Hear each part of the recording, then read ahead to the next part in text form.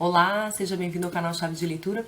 No vídeo de hoje a gente vai conversar sobre O Processo, de Franz Kafka. Kafka, um autor de quem eu gosto bastante, mas de quem não tem muito vídeo aqui no canal, né? Sobre quem não tem muito vídeo, tô tentando resolver isso. E eu decidi, então, revisitar esse clássico, um livro que eu li já há bastante tempo, já deve ter mais de 10 anos, com certeza, e que eu adorei reler, porque lembrei de coisas que eu não estava lembrada.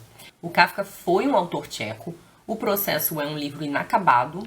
Ele é um livro que o Kafka começou a escrever em 1914, mas que só foi publicado póstumamente em 1925 por conta daquele famoso amigo do Kafka, o Max Brod, que publicou as coisas que o Kafka pediu que ele queimasse, né? Então, assim, antes de morrer, o Kafka pede a esse amigo que tudo aquilo que não foi publicado ainda seja destruído, e o Max não teve coragem. Ele achava o Kafka um grande escritor. Essa minha edição, que é do Círculo do Livro, tem dois pós-fácios, né? O pós-fácio da primeira edição, o pós-fácio da segunda, do Max, onde ele tenta explicar por que ele não destruiu o material do Kafka e por que há uma diferença entre as duas edições. Como esse livro estava inacabado, e o Kafka ele tinha um jeito muito estranho de escrever o livro. Ele escrevia os capítulos e enfiava em envelopes. Não era uma espécie de arquivo único, né? Não estava tudo junto numa mesma pasta. Ele escrevia um capítulo e enfiava no envelope. Ele escrevia o capítulo e enfiava num outro envelope. Então o Max teve o trabalho de tentar organizar esses capítulos soltos numa ordem, porque o processo se passa num período de um ano. Ele começa no aniversário de 30 anos do personagem principal, o Joseph K., e termina no aniversário de 31 anos desse mesmo personagem. Há muita discussão sobre a ordem que o Max colocou esse livro, desses capítulos. Muita gente questiona, inclusive, porque tem algumas indicações de que ele se equivocou na ordem, mas é uma coisa complicada porque o Kafka tinha vários capítulos incompletos. Então, as edições de uns tempos para cá já, elas incluem essa organização de capítulos que tentou buscar uma ordem cronológica, mas ela traz também os capítulos incompletos. Normalmente depois, quando o romance acaba, vem os capítulos incompletos e vem, na minha edição pelo menos, pedaços que o Kafka rabiscou. Então, assim, capítulos que estavam completos, mas eles tinham passagens rabiscadas, né? Então, assim, o que o tradutor aqui da minha edição fez, que é o Manuel Paulo Ferreira e Ciomara Cajado, então, dois tradutores, o que eles fazem aqui é botar notas no capítulo sobre essas passagens riscadas. Então o leitor tem a opção de ler direto ou de ir lá na nota e ver que passagem foi essa que o Kafka rabiscou. Eu acho a história do processo, a história da produção, né, e da publicação do processo muito interessante, porque ele consegue ser um livro incrível, um romance maravilhoso, muito pertinente ainda hoje, mesmo com todos esses buracos, assim, mesmo um capítulo que foi incluído pelo Max como completo, tá incompleto, não sabemos se ele não percebeu. E o livro ele tem esse caráter meio infinito. Ele tem um início e um fim muito perfeitos, muito redondinhos, mas o que vem no meio, né, o Kafka vai construindo as partes intermediárias. Elas vêm num sentido cronológico, mas elas também têm um caráter um tanto episódico, o que faz com que esse livro seja infinito. Então, assim, o Kafka poderia ter enfiado muito mais outros capítulos no meio, tanto que ele tem vários capítulos que ele não terminou, né? O Kafka, num determinado ponto da vida, desiste de continuar escrevendo esse livro, que é uma pena, mas a gente tem esse caso do Max Brod, é o caso de desobediência e de desrespeito mais fascinantes da história, porque eu acho o Kafka um escritor incrível. Ele é um grande leitor da modernidade, dos problemas da modernidade, do mal-estar da modernidade. E ele é um autor que fez muito sentido para mim quando eu descobri, quando eu li. É um autor onde as questões que ele trabalhou reverberaram muito comigo. Bom, vamos ao enredo. Eu falei pra caramba do processo de produção do livro, e esse enredo ele é maravilhoso e o assunto também é maravilhoso. O Joseph K, então, ele tá em casa um dia, ele trabalha num banco, ele parece que é uma espécie de gerente do banco. E ele, então, assim, ele não é um funcionário baixo, assim, ele é um funcionário que tá quase na diretoria. Inclusive, ele aspira a diretoria do banco, porque o diretor tá doente e ele tem ali uma espécie de rivalidade com o subdiretor. Então, ele tem subordinados, enfim, então você vê que ele não é um funcionário mais baixo. E ele é acordado um dia com guardas na casa dele, uns guardas estranhos, que avisam que ele está detido, que ele está preso, que está sendo movido um processo contra ele. E ele acha isso um absurdo, ele é um pouco arrogante, né? Então ele acha isso um absurdo, ele quer explicações, como assim? E ninguém dá explicação. Os guardas dizem que não sabem direito, que eles são só guardas subalternos, que eles não sabem direito, mas que só se sabe que ele está detido e que então ele está sofrendo um processo. Esses guardas agem com ele de forma muito estranha, porque eles interpelam o Joseph ainda no quarto, ainda na cama. O Joseph não consegue tomar o seu café da manhã, porque eles comem o seu café da manhã.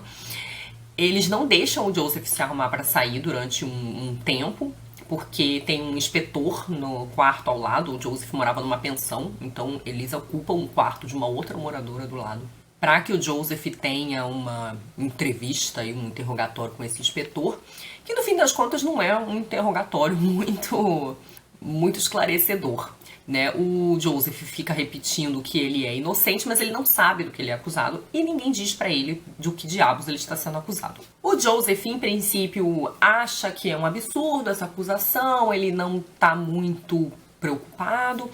Só que, assim, as coisas vão acontecendo de modo que ele começa a ficar cada vez mais absorvido por essa ideia de estar sendo processado. Então ele vai receber um telefonema da justiça dizendo que ele tem que ir para uma espécie de interrogatório e dá um endereço, mas dá um endereço só parcialmente. Não diz que é num domingo, não diz qual é o horário, não diz qual é a sala exatamente. Quando ele chega, ele vai para esse interrogatório, ele descobre que é um lugar muito... Aí começam as coisas mais absurdas, porque, na verdade, esse é um livro que ele trabalha muito o absurdo.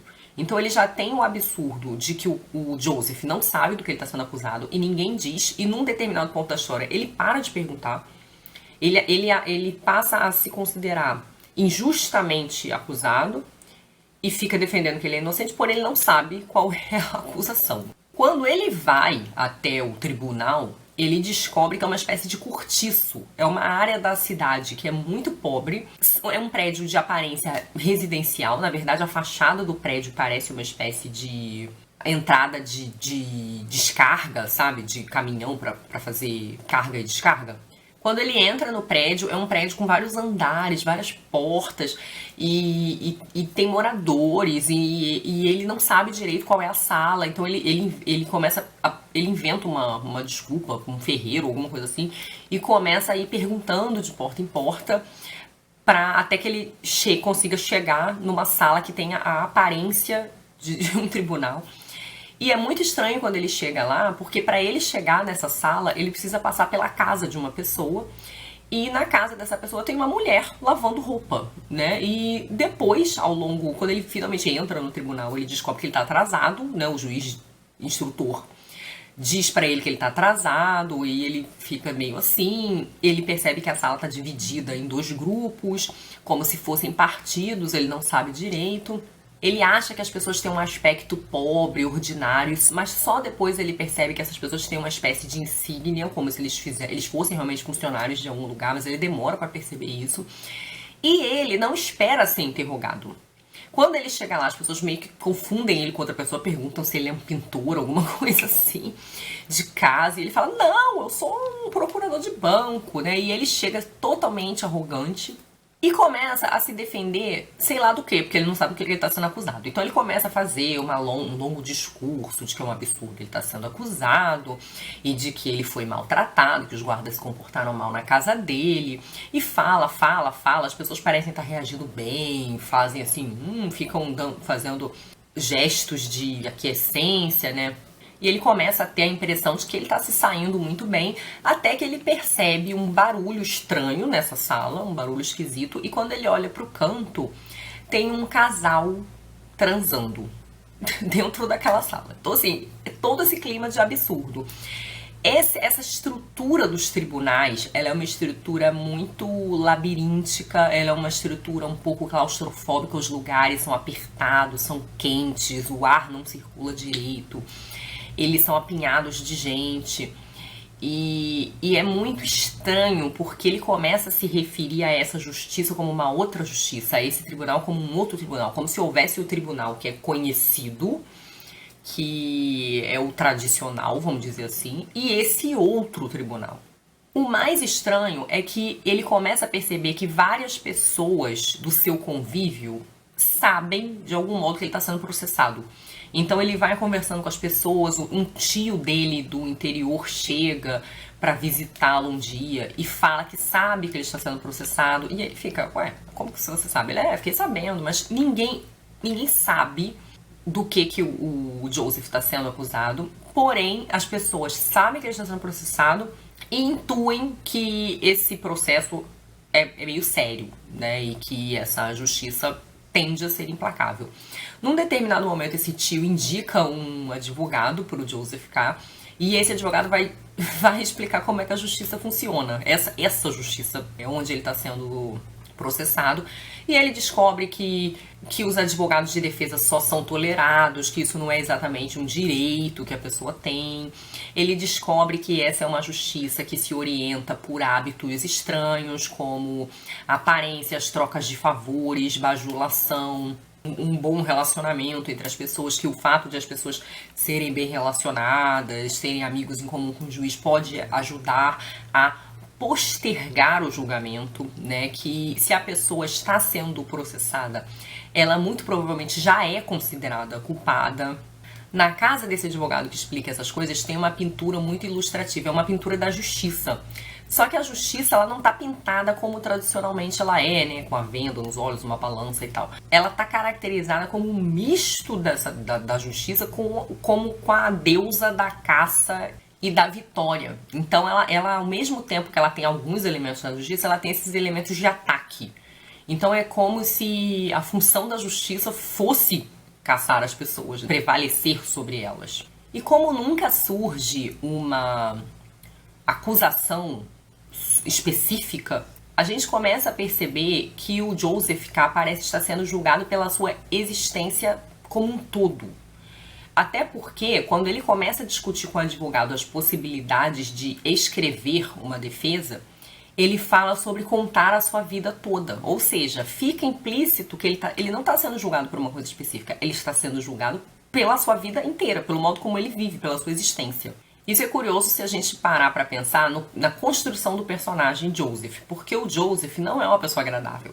Ele é uma pessoa que faz pouco dos seus subordinados, ele é um pouco grosso, ou ignorante, ou mal educado. Ele é uma pessoa arrogante, que gosta de mostrar que ele é superior às pessoas menos instruídas que ele, ou economicamente inferiores a ele, ou que têm uma função, um trabalho inferior ao dele.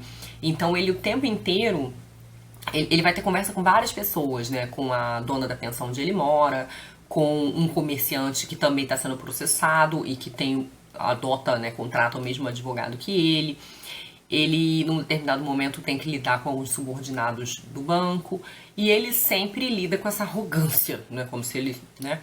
Ele também tem um comportamento estranho com uma das suas vizinhas. Ele, num determinado momento, agarra à força uma das vizinhas. O que mostra pra gente que ele não é uma pessoa agradável, ele não é uma pessoa gentil, né? Se a gente analisa o Joseph enquanto personagem, ele é uma pessoa desagradável, ele é uma pessoa ruim, né? Ele é uma pessoa que você não gostaria de ter como amigo. E, especialmente porque ele não lida assim com os superiores, né? Ele é bem mais solícito, obediente, né? E afável com os seus superiores, como, por exemplo, o diretor do banco. As cenas absurdas nesse livro, elas vão se acumulando, então você tem, num determinado momento, o Joseph, ele reclama do comportamento dos guardas que foram primeiramente à sua casa, e esses guardas são punidos por terem tido essa conduta. E eles são punidos por um cara num chicote. E eles são punidos numa espécie de almoxarifado do banco. Então, assim, O Joseph K. começa a perceber que todas as pessoas que ele conhece têm alguma ligação com esse tribunal estranho que está julgando ele. E o romance ele tem essa atmosfera de pesadelo, né? Ele é muito onírico e parece que ele aborda essa nossa condição de vulnerabilidade em relação a instituições grandes, estatais, que são muito burocráticas, que são muito arbitrárias. Eu não sei se vocês que me assistem já tiveram de resolver algum problema na justiça. Espero que não. Se você não é do direito, você não é formado em direito, você não trabalha com isso, e você tem que ir a uma audiência, e você tem que redigir uma petição, ou você contrata um advogado e aí você vai ler a petição. A justiça, o sistema judiciário, ele já é uma coisa muito estranha para quem não é de lá. Né? Um fórum grande, ele é uma coisa estranha. Ele tem trocentas divisões e instâncias que quem não é da área não entende. O protocolo nem sempre faz sentido. As coisas realmente são arbitrárias, elas realmente são absurdas. O dialeto do juridiquês é um negócio incompreensível, né? É o teu caso, o seu problema, mas aí você lê, é um negócio incompreensível. E eu acho que isso não é uma questão, uma particularidade só do judiciário. Eu acho que isso tende a ser uma coisa de instituições estatais, de modo geral, né? Então, se você já foi pedir um visto, se você foi resolver problema com a Receita Federal ou com o Detran, enfim, a gente sabe que são instituições que tendem a uma burocracia muito pesada, uma burocracia que parece que dificulta o seu acesso ao serviço, muitas vezes, né? Quem teve que ser tratado no SUS também, né? As coisas que você tem que passar para conseguir ser tratado no SUS, muitas vezes, humilhação mesmo.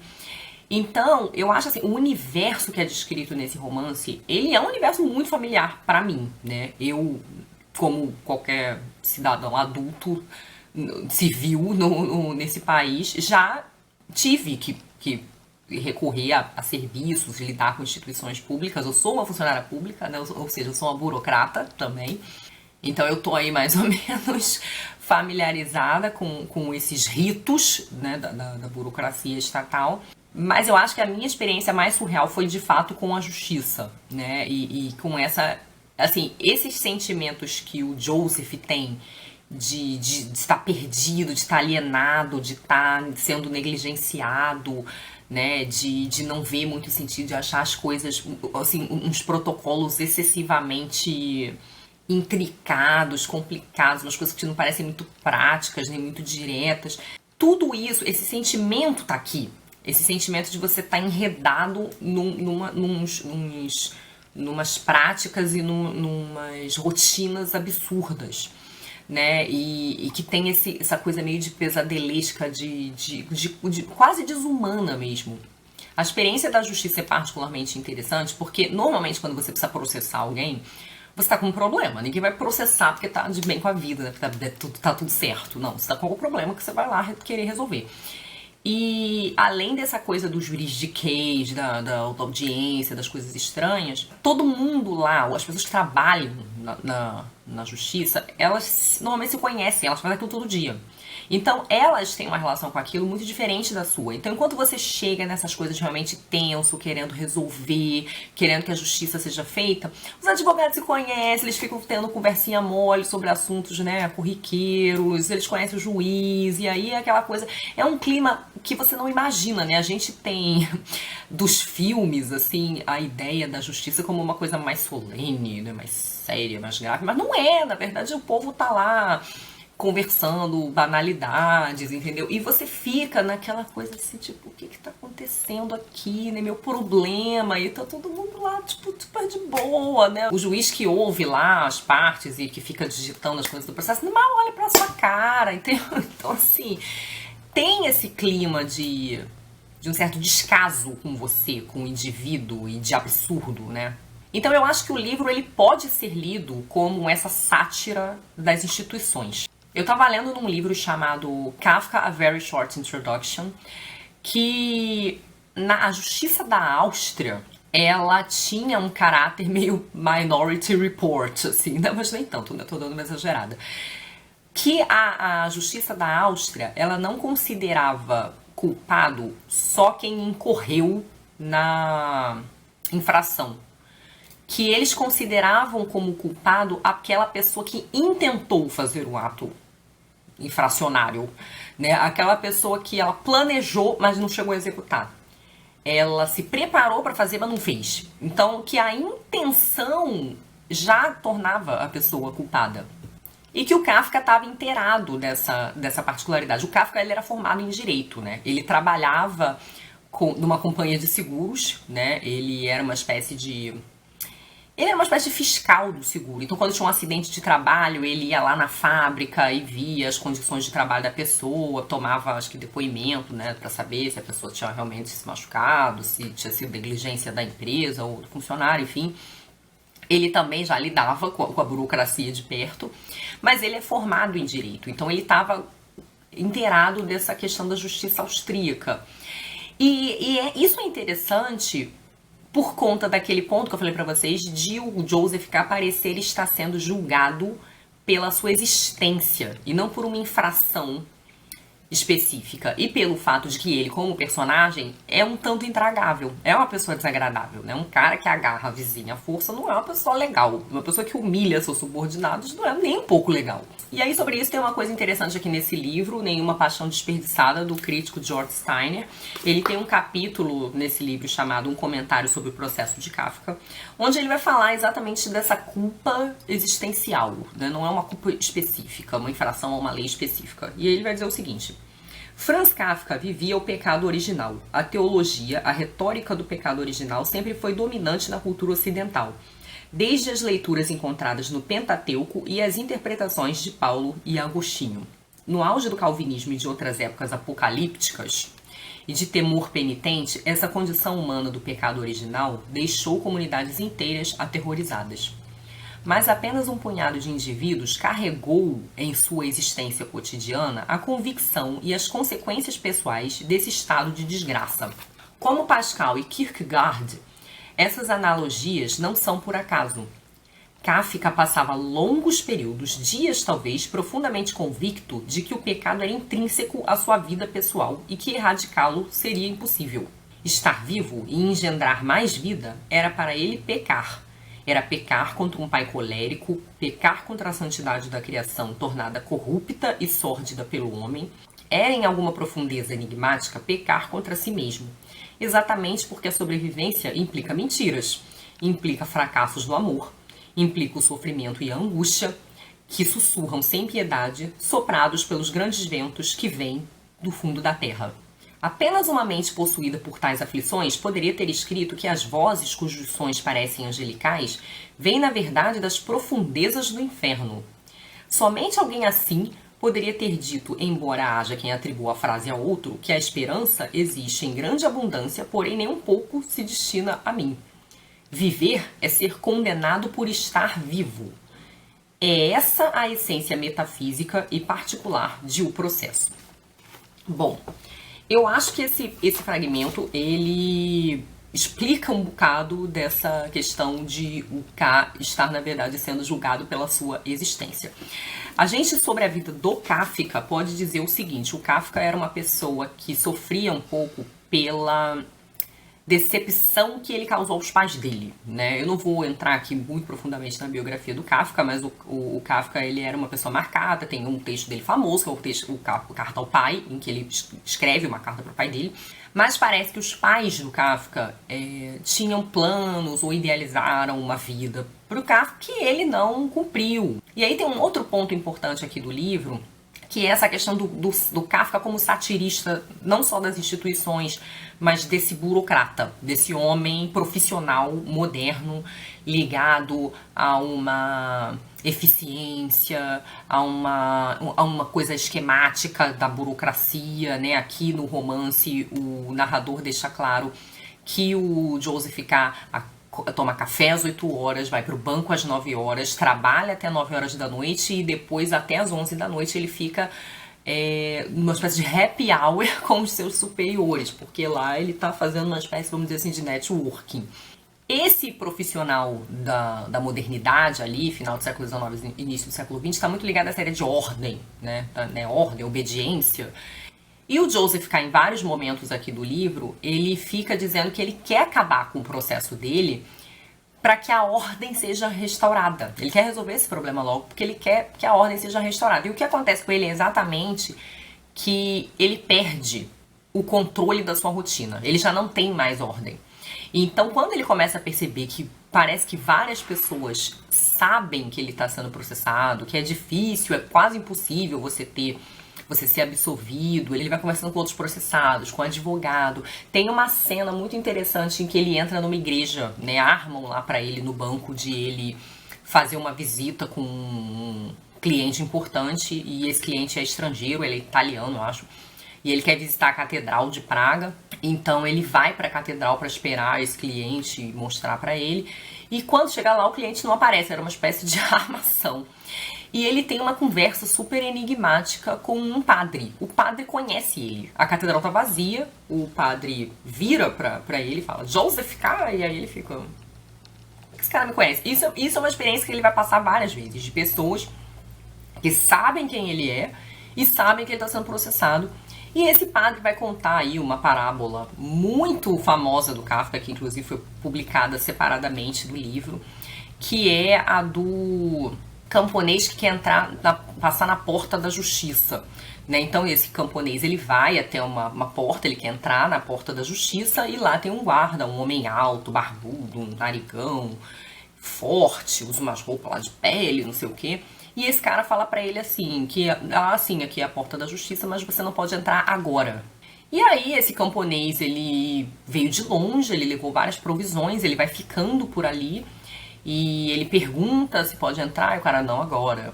E aí ele divide lá as provisões dele com o guarda, meio que num suborno, né? O guarda fala, não, só pra você ver que eu não tô de má vontade, eu vou aceitar, né? E só que esse guarda, num determinado momento, ele fala o seguinte, que é muito difícil entrar, que além dele tem outros guardas lá dentro, que a cada nível que você vai tem um outro guarda. E tipo assim, se você quiser me desobedecer e olhar, tudo bem, mas já vou logo avisando que tem outros guardas e que é uma força da justiça tão intensa que eu não consigo nem olhar pro terceiro guarda. E nisso, o camponês fica lá, né? O guarda dá um banquinho pra ele e ele fica lá, ele passa a vida lá sentado. E aí ele vira pra cara quando ele já tá muito velho, perto de morrer, ele vira pra cara do guarda e fala assim, ora, você um dia me disse que todo mundo procura a justiça. Eu estou plantado a minha vida toda aqui nessa porta. Cadê todo mundo que procura a justiça? Só eu que fiquei aqui esperando. E aí o guarda diz pra ele e fala assim, não veio ninguém aqui porque essa porta era destinada pra você. Só você podia passar por ela. Mas agora você tá morrendo, então eu vou fechar a porta. Esse conto ele é muito enigmático, ele tem várias interpretações. O Joseph K. começa a ter um debate com o padre. O Joseph fica dizendo que o guarda enganou o camponês e o padre fica dizendo que não é bem assim. E aí, num determinado momento, o Joseph fala assim pro padre, mas eu não sou culpado, isso é um erro. E depois, como é que um homem pode ser culpado? Somos todos homens aqui, tanto uns quanto os outros. E aí o padre responde, é certo, respondeu o abade, era um abade, não era um padre. Mas é assim que falam os culpados. E aí a gente fica desconfiado de que o K realmente está sendo julgado pela sua existência e não por uma infração específica. E essa passagem do George Steiner, ela reforça muito isso. Estar vivo é estar cometendo erros. É muito difícil você passar pela vida, você ser humano e não ter que contar uma mentira em algum momento, não ter que ser um pouco egoísta em algum momento, não ter que fracassar, não acabar sendo refém das próprias fraquezas e do próprio egoísmo, né? Então, assim, só o ato de viver é um ato de cometer uma série de erros, né? E então leva essa questão da culpa para um nível existencial, que volta então para essa coisa do pecado original que o George Steiner está falando. Uma outra leitura que se faz muito do processo, e é uma leitura bastante acertada, é a de um sistema totalitário, né? É como se... de um regime totalitário. É como se essa coisa de você tem uma lei abstrata que é bastante arbitrária e que, de uma certa forma, violenta, né, a vida da pessoa, porque julga, condena, sem que a pessoa saiba direito o que está acontecendo, sem que ela tenha feito nada de específico, que é o que vai acontecer com os judeus, né? É o que vai acontecer com os judeus durante o nazismo, né? Vão resolver que a culpa de tudo é deles e então eles vão ser perseguidos e mortos, né? Depois que esse livro é publicado, né? Muito se fala do caráter premonitório das obras do Kafka, né? O fato de que ele descreveu horrores que depois meio que foram colocados em prática. Tem uma coisa muito específica que, além dessa questão do regime totalitário, né, e dessa violência dos regimes totalitários, que é a da banalidade do mal, né? Então, tem alguns momentos em que o Joseph questiona esses funcionários da justiça, né, tanto os guardas que vão prendê-lo, quanto o cara que tá chicoteando, e eles respondem assim: não, eu sou um chicoteador, esse é meu trabalho, eu sou pago pra isso, né? Porque tem um determinado momento que o Joseph vai tentar demovê-los de fazer o que eles estão fazendo, né? E aí eles falam: não, esse é meu trabalho, eu sou pago pra isso. E é difícil não lembrar do Eichmann em Jerusalém, né? E do livro da Hannah Arendt, onde ela vai falar exatamente dos funcionários do nazismo que diziam isso também, tipo, não, era meu trabalho, eu botava as pessoas no trem porque me mandava, eu tinha que botar os judeus no trem, assim, né? Não tenho... A pessoa fazia um descolamento, era uma automatização muito excessiva, muito bizarra da própria atividade que descolava aquela atividade de qualquer responsabilidade moral, né? Então o processo, ele pode ser lido como uma sátira das instituições, ele pode ser lido como uma alegoria de sistemas totalitários que são sempre maiores e opressivos em relação ao indivíduo, que fica ali sempre alienado, humilhado, perdido, sem recursos, sem capacidade de entender o que está acontecendo e de recorrer, enfim, de se defender propriamente.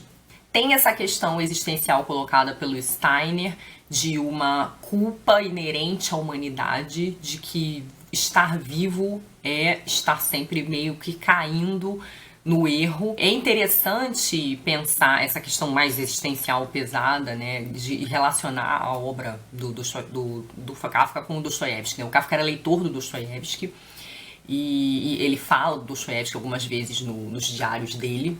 E o Kafka traz muito essa figura do funcionário burocrático, né, do funcionário burocrata, que o Dostoiévski explorou, não só o Dostoiévski, mas o Gogol, né, que era explorada na literatura russa, e que traz também essa questão da condição humana, que é uma coisa que o Dostoiévski trabalha muito nessa ideia do mal como algo inerente, que sonda e que ronda a vida humana, né, de que nenhuma pessoa não vai passar pelo sofrimento ou não vai passar por lidar com as suas fraquezas, com as suas baixezas e vilezas. O Kafka, como eu falei nesse livro aqui, não só nesse livro aqui, mas nesse aqui especificamente, trabalha muito essa coisa do onírico, né? Então, ele é como se ele potencializasse esse sentimento que a gente tem, que o indivíduo tem na modernidade, de estar entregue, de estar à deriva, de estar alienado e extremamente vulnerável por um poder que é muito maior do que ele não consegue enxergar completamente, mas que está sempre, de uma certa forma, esmagando ele. E essa parábola que tem no meio do romance, né, na verdade mais pro final do romance, ela parece indicar que esse guarda da porta, ele parece ser esse sistema aí, burocrático e arbitrário, que torna inacessível, né? Torna o serviço, ou a lei, ou a resolução do problema inacessível. Ele é um entrave, né? Ele é uma grande burocracia que é o entrave. O Kafka parece estar lançando pra gente esse questionamento de o que esse funcionário poderia ter feito. Ele, de uma certa forma, ele não fica condenado porque ele aceita o sistema, porque ele respeita o sistema. Então fica esse questionamento de que, de uma certa forma, esses regimes que nos oprimem e que nos controlam e que, de uma certa forma, nos impedem de acessar certas coisas, nos confinam, que eles só têm poder porque os indivíduos os legitimam, respeitam. né? E aí eu teria que dar aqui um spoiler do final do livro, mas assim, o que acontece no final do livro tem, em grande medida, o modo como o personagem se comporta no final do livro, né? Ele vai gradativamente se preocupando com o processo dele, ele passa de uma postura meio, não vou me importar, não vou fazer nada porque é um absurdo, pra ir cada vez ficando mais consumido por aquilo vai afetando a sua rotina, ele não consegue mais trabalhar direito, ele começa inclusive a ter uma espécie de delírio em alguns momentos. Então, o processo, ele também é o processo de transformação desse personagem depois de descobrir que ele está sendo processado. Mas o modo como o que acontece com ele no fim do livro e o modo como ele reage a isso tem muito a ver com essa adesão à instituição, que é muito típica do homem da ordem, do profissional da ordem desse período moderno aí, do cara, do burocrata, do profissional burocrata da modernidade, né? Ele aceita aquela regra, de uma certa forma. Isso, junto com essa parábola, nos faz pensar o que o camponês deveria ter feito. Ele deveria ter brigado, lutado com o guarda, ele deveria ter ido embora, ele deveria ter tentado entrar lá e desobedecer. Então, eu acho que ele também acena um pouco para essa coisa de que os indivíduos, de certa forma, se deixam oprimir na medida em que legitimam o poder dessas instituições. E aí, pano para manga, né? Uma discussão não muito simples, não muito agradável, inclusive, né? Porque envolve reconhecer alguma responsabilidade individual em relação a essas grandes estruturas. E eu adoraria saber o que vocês acham disso, mas assim, eu acho o romance incrível em todos esses níveis, né? O nível da culpa inerente da humanidade, o nível da burocracia alienante, absurda e arbitrária que a gente vive em trocentos níveis na nossa vida hoje.